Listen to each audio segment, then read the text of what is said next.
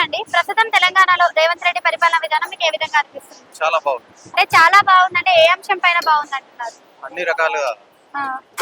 రైతులకు సంబంధించిన, ఉద్యోగస్తులకు సంబంధించిన కానీ కేసీఆర్ ఉన్నప్పుడు రైతుల కోసమే అని చెప్పి రైతు బంధు, రైతు భరోసా, రైతు బీమా ఇలా రైతు రుణమాఫీ ఇలాంటి పథకాలు ఇచ్చాడు కదా. మరి ఈ గవర్నమెంట్ కూడా అన్ని కంటిన్యూ అవుతున్నాయి కదా. ఆ?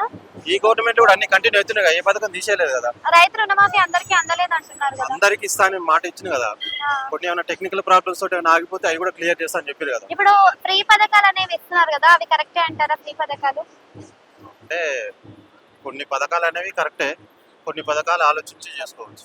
ఫ్రీ బస్ ఉంచడం కరెక్ట్ అంటారా, తీసేయడం బెటర్ అంటారా? అది గవర్నమెంట్ డిసిజన్ కదా. అంటే మీ అంటే opinion. గవర్నమెంట్ దృష్టిలో ఫ్రీ పథకం పెట్టినా కానీ ఆర్టీసీకి నష్టం జరగకపోతే బెటరే. నష్టం జరుగుతుందంటే ఆలోచించాల్సి వస్తుంది. బట్ ఇప్పుడు ఈ ఫ్రీ పథకాల వల్లనే కదా మరి మనం తినే పప్పు, ఉప్పు, నూనె, బియ్యం పైన భారం పడుతుంది అని అంటున్నారు. మీ అభిప్రాయం ఏంటి దానిపైన? గవర్నమెంట్ ఏదైనా పథకం పెట్టినప్పుడు ఖచ్చితంగా అన్ని ఆలోచించే నిర్ణయం తీసుకుంటుంది. కొంతమందికి ఇబ్బంది కలుగుతున్నా చాలా మందికి మంచి జరుగుతుంది కాబట్టి కొన్ని పథకాలు పెట్టడంలో తప్పేం లేదు.